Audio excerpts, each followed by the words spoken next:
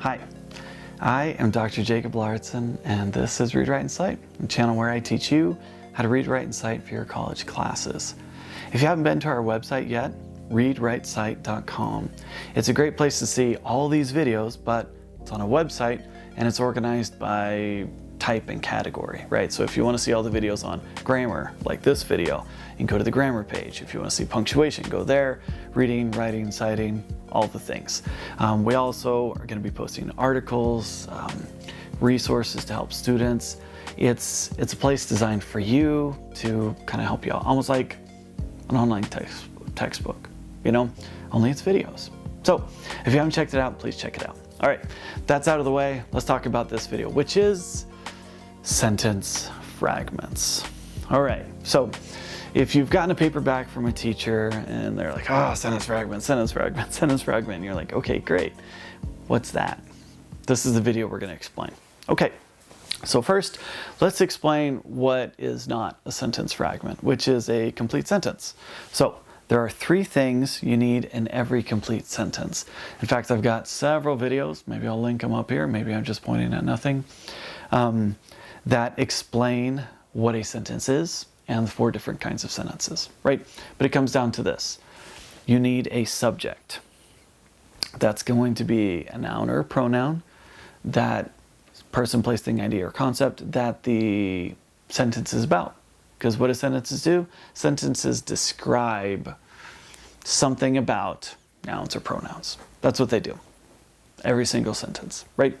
Okay, so you need a subject, which is the thing that you're talking about.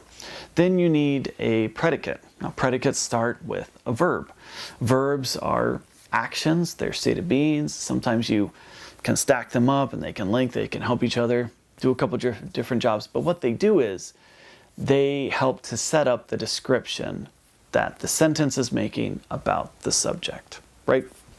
But depending on the words that you use, you also need to finish the thought that you start. Now, this is not talking about meaning. This isn't like, well, I could have said more. Does that make it incomplete? No. There are rules in grammar on how you complete thoughts. I've got lots of videos on this channel and again on the website that you can learn more about things like that. But it comes down to this. Three things you need: subject, predicate with a verb, and a complete thought. That's what makes a complete sentence. So, what's a sentence fragment? A sentence fragment is when you take one of those away. That's it, right? So let's say you start with the verb. Running to the store. Cool. In the context of me talking to you, you might have an idea what I'm talking about, but I took out the subject. And so now a reader may not understand what's going on. Or I may just give the subject, like the man in the tall yellow hat. Yeah, what about the man? What are you going to say about him? We didn't complete the thought because there was no description. I mean, we described the man, but we didn't say anything about him. There's no verb. And I haven't completed the thought either. Okay? So, let's say I have maybe subject and predicate, but no complete thought. Before the store opens this afternoon.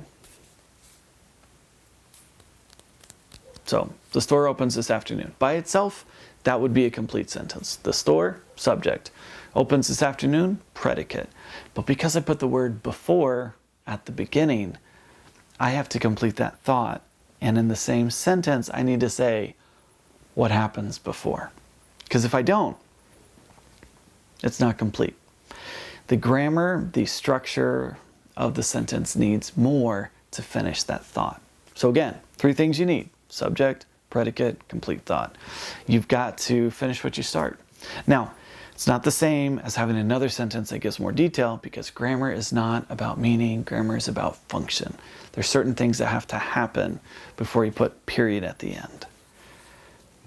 Sentence fragments is just the name for when we don't do that, right? Now, those basic three things can be complicated because you can add extra things at the beginning, the end, and even in the middle. We call them clauses and phrases. A clause is a group of words that has a subject and a predicate. Doesn't necessarily have a complete thought. We call that a dependent clause. That was the example I gave you earlier. Or if it has a subject, a predicate, and a complete thought, that we call an independent clause. It could be a period by itself. If we add extra things on top of an independent clause, that's what, a compound complex sentence looks like. It's when sentences start to get long, that's probably what's happening. Phrases are groups of words that, kind of belong together. They work together, but they don't necessarily have a subject or a predicate, right? So you can stick those at the beginning. You can stick them in the middle between the subject and your verb. You can stick them at the end of a sentence. But by themselves, they are not complete. You can't just stick a period at the end of a phrase like into the woods, on the couch, before the game. Those are all prepositional phrases, and they're not complete by themselves, right? We have noun phrases and verb phrases, which are those group of words that kind of stick with a noun, like maybe a subject, or all the words that go with the subject, or, the things that go with the verb, like maybe even an entire predicate. But by themselves, they're not complete. They're fragments. They're part of a whole, and you need to finish the whole to make them complete. So if you are having your teacher telling you, sentence fragment, sentence fragment, sentence fragment, what you need to look for is, do I have a subject? Do I have a predicate? Did I complete my thought? Because if you did, there is a complete sentence in there. There might be an extra piece that also needs to be finished as well. If you don't, then it's because you're missing a subject. You're missing a predicate with the verb. You're missing a complete thought. That's it. That's what it comes down to. You made a mistake, you got to fix it. Now, some of these things are caused because we don't understand other things, like commas or semicolons or something along those lines. And, well, if you have problems with that, I've got videos on all those things too.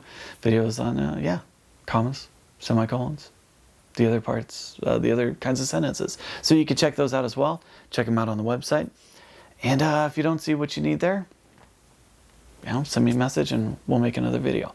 I hope that this video was helpful in helping you understand what a sentence fragment is, and maybe give you a couple ideas on how to fix them if they're showing up in your work or maybe someone else's.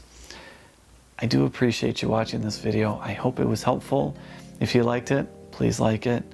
If you want to see more like this, please subscribe and maybe share. Let someone else know.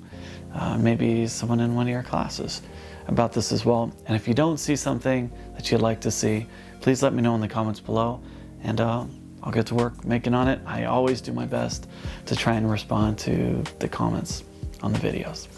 Thank you so much for watching. I'm Dr. Jacob Larson. This has been Read, Write, and Cite.